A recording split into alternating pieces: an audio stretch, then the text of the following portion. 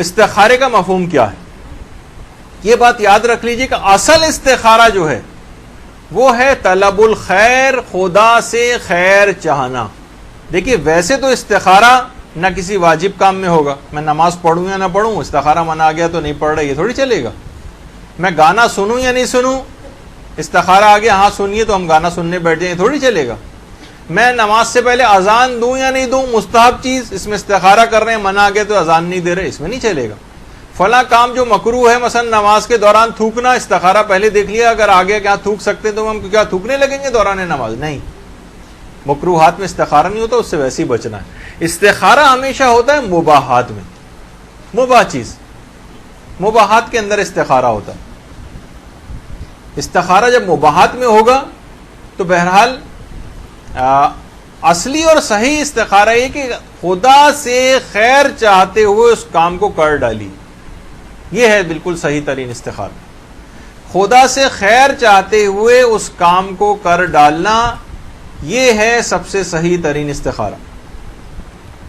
احادیث جتنی استخارے کے بارے میں آئی ہیں، کم سے کم 50 سے زیادہ حدیثیں استخارے کے متعلق، لیکن وہ سب کی سب حدیثیں جو ہیں وہ طلب الخیر کے لیے آئی ہیں، خدا سے خیر چاہتے ہوئے اس کام کو کر ڈالنا، رکنا نہیں ہے کہیں.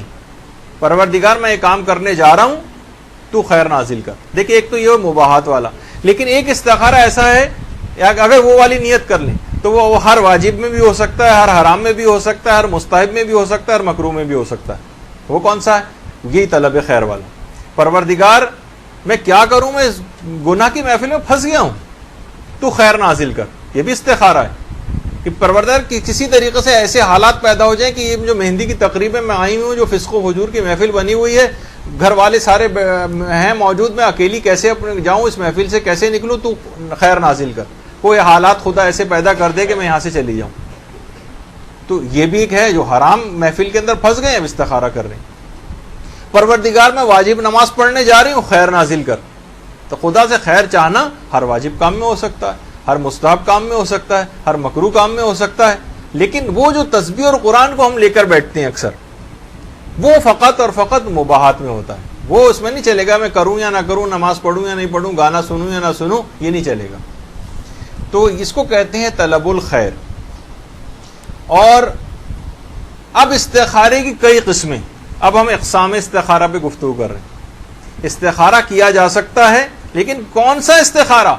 اصل استخارہ ہے خدا سے خیر چاہتے ہوئے اس کام کو کر ڈالیے. توکل پروردگار عالم پر، یہی استخارہ ہے. اصل استخارہ ہے یہ جس کو ہم نے فقط اور فقط قرآن اور تسبیح اور اس کے اندر منحصر کر دیا. لیکن ہم ساری چیزیں بیان کرتے ہوئے جائیں گے اور اس کی تفصیل میں بھی جائیں گے. طلب الخیر. اچھا، اب استخارے کی قسموں میں جو سب سے پہلی قسم ہے، دعا مانگ کر ہدایت کا انتظار کریں. پروردگار سے دعا مانگیں اور ہدایت کا انتظار کریں کہ پروردگار تو اس میں اپنی طرف سے ہدایت کو نازل فرما دے. خدا سے دعا مانگ کر ہدایت کا انتظار کریں. وہ جو تعقیبات میں بھی آپ پڑھتی ہیں نا، اللہم اہدنی من عندک وحفظ علی من فضلک وانشر علی من رحمتک وانزل علی من برکاتک، وہ اصل میں خود استخارہ ہے. اللہم اہدنی من عندک، پروردگار اپنی طرف سے میرے لیے ہدایت نازل فرما، یہ استخارہ ہے. مثلا جب اجتماع میں ہوتے ہیں تو اللہم اہدنا کہتے ہیں، اور اکیلے جب پڑھتے ہیں تو اللہم اہدنی کہتے ہیں. تو یہ خود ایک استخارہ ہے.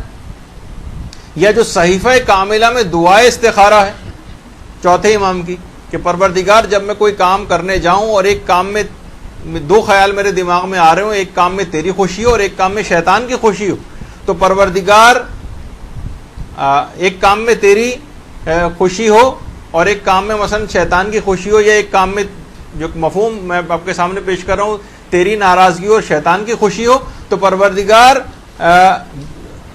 اپنی طرف سے ہدایت نازل کر دے اور میں وہ کام کروں کہ جس میں تیری خوشی ہو اور شیطان جس سے جو ہے ناراحت اور ناخوش ہو جائے. یہ خود ایک استخارہ ہے. یعنی خدا سے دعا مانگی آپ نے اور ہدایت کا انتظار کیا. اس کے بعد جب آپ دعا مانگ کر ہدایت کا انتظار کریں گے، خود بخود آپ کا دل ایک طرف جھک جائے گا، اور اب جو آپ کے خیال میں دل جس طرف جھک گیا، یہ پروردگار کی طرف سے گویا ہدایت آ گئی ہے، اس کے مطابق آپ عمل کر سکتی ہیں. یہ خود استخارے کی قسم ہے. تو کیا چیز بنی؟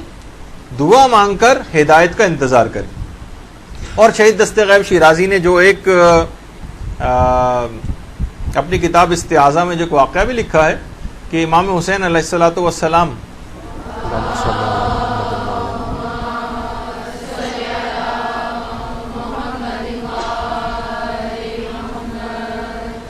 کہ جب مدینے سے رخصت ہو رہے تھے تو قبر رسول پر آئے اور آ کر دعا کی کہ پروردگار جو کام میں کرنے جا رہا ہوں اس میں اپنی طرف سے میرے لیے ہدایت کو واضح فرما.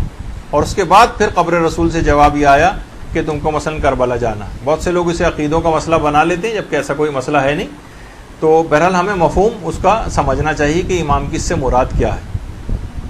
تو یہی والا استخارہ ہے, دعا مانگ کر ہدایت کا انتظار کریں, پروردگار تو خیر نازل کر, تو میرے لیے حق کو واضح کر دے. اور اس کے بعد جب دعا مانگ لیں گی آپ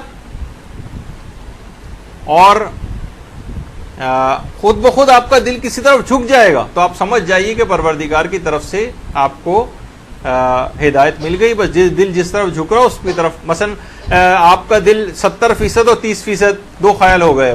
پہلے 50-50 تھے, اب دل خود بخود جھک گیا 70% ہو گیا کہ اس کام کو کر لو مثلا, اور 30% رہ گیا دوسرا کام کو نہ کرو. تو دل جس طرف جھک گیا بس وہ آپ کے لیے ہدایت ہے, اس کے مطابق عمل کر لیں, وہ استخارہ ہو گیا آپ کا.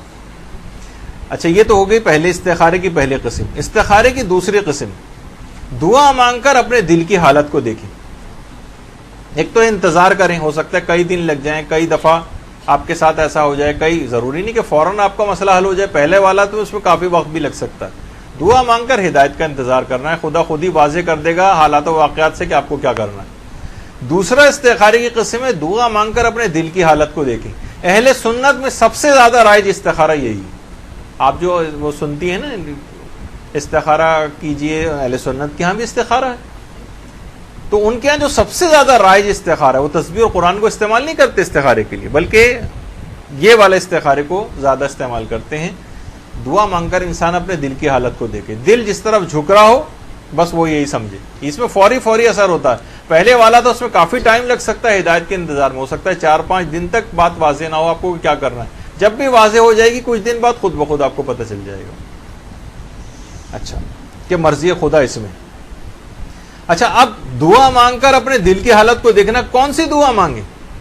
دعا ہے استغفر اللہ برحمتہ خیرۃ فی عافیہ. یہ دعا مانگے. اب آپ کے دل کی کیفیت بدل جائے گی. ہو سکتا ہے جو 50% خیالات تھے, جو شک تھا وہ ظن میں بدل گیا, گمان میں بدل گیا, اطمینان میں بدل گیا. اب اس کے مطابق ہی آپ عمل کریں. اس کے لیے کئی روایتیں ہیں کہ ائمہ معصومین خود بھی کبھی اس پر عمل کرتے تھے. امیر المومنین فرماتے ہیں کہ جب پیغمبر اسلام نے مجھے یمن کا گورنر بنا کے بھیجا تھا تو ایک خاص ہدایت نامہ دیا تھا جو ہر گورنر ہی کو دیا جاتا ہے. ایک پروٹوکول ہے, ایک ہدایت نامہ ساتھ تھا جس میں یہ تھا کہ اے علی جب بھی کوئی کام کرنا استخارہ ضرور کرنا. کیوں؟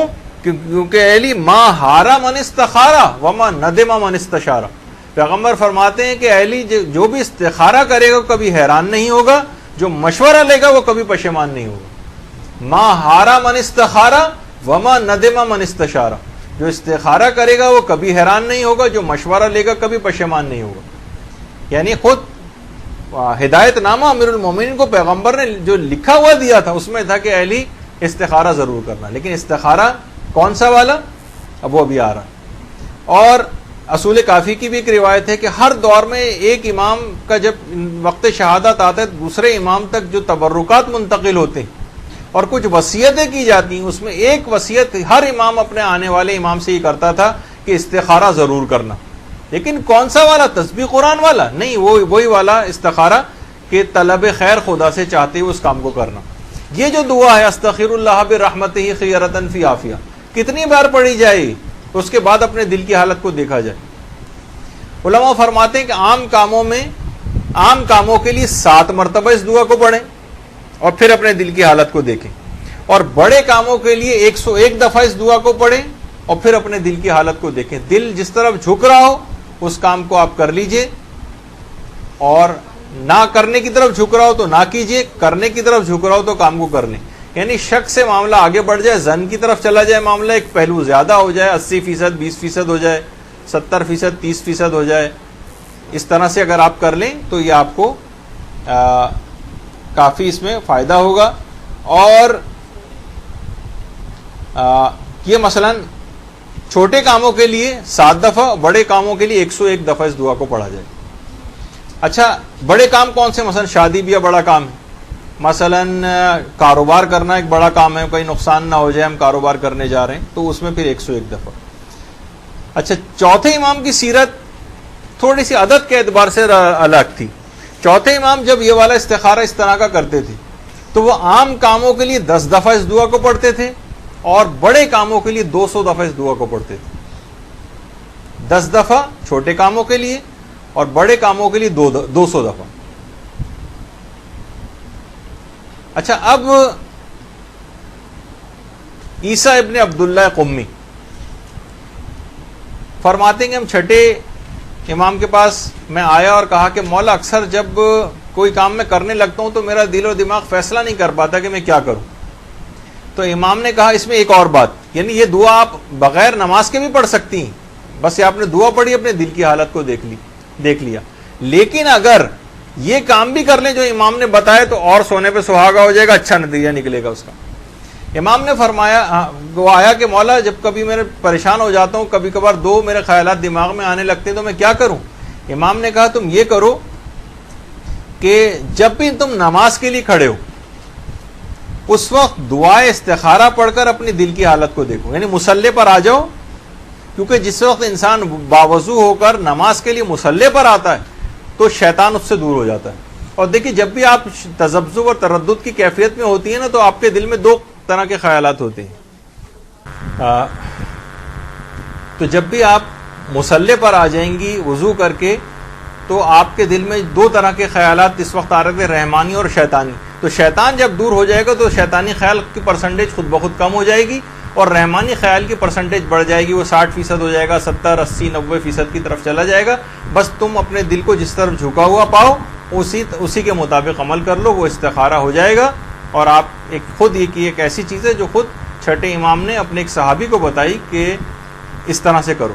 اور یہ جو نماز ہے, اگر یہ والی دعا ویسے جو ہے استغفر اللہ برحمتی خیرتن فی عافیہ, اگر آپ نماز سے ہٹ کر پڑھ رہی ہیں, کیونکہ عام طور پہ پڑھ رہی ہیں تو عام طور پہ پڑھ سکتی ہیں نارمل طریقے سے, لیکن اگر آپ یہ نماز میں پڑھ رہی ہیں تو آخری رکعت کے آخری سجدے میں یہ دعا پڑھنی, آخری رکعت کے آخری سجدے میں.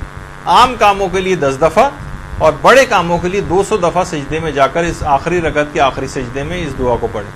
اور اگر ویسے تو ہر نماز میں آپ ایسا کر سکتی ہیں, واجب نماز میں بھی ایسا ہو سکتا ہے, ضروری نہیں کہ یہ مستحب نماز ہی ہم کوئی پڑھیں یا نماز استخارہ ہی پڑھیں تو اسی میں ہم اس دعا کو پڑھیں. نہیں, عام واجب نماز میں ہم اس کو پڑھ سکتے ہیں, مستحب میں بھی پڑھ سکتے ہیں. البتہ 2 مستحب نمازیں ایسی ہیں کہ اگر آپ نے اس میں پڑھا تو سبحان اللہ کیا کہنا, سونے پہ سہاگا ہو جائے گا.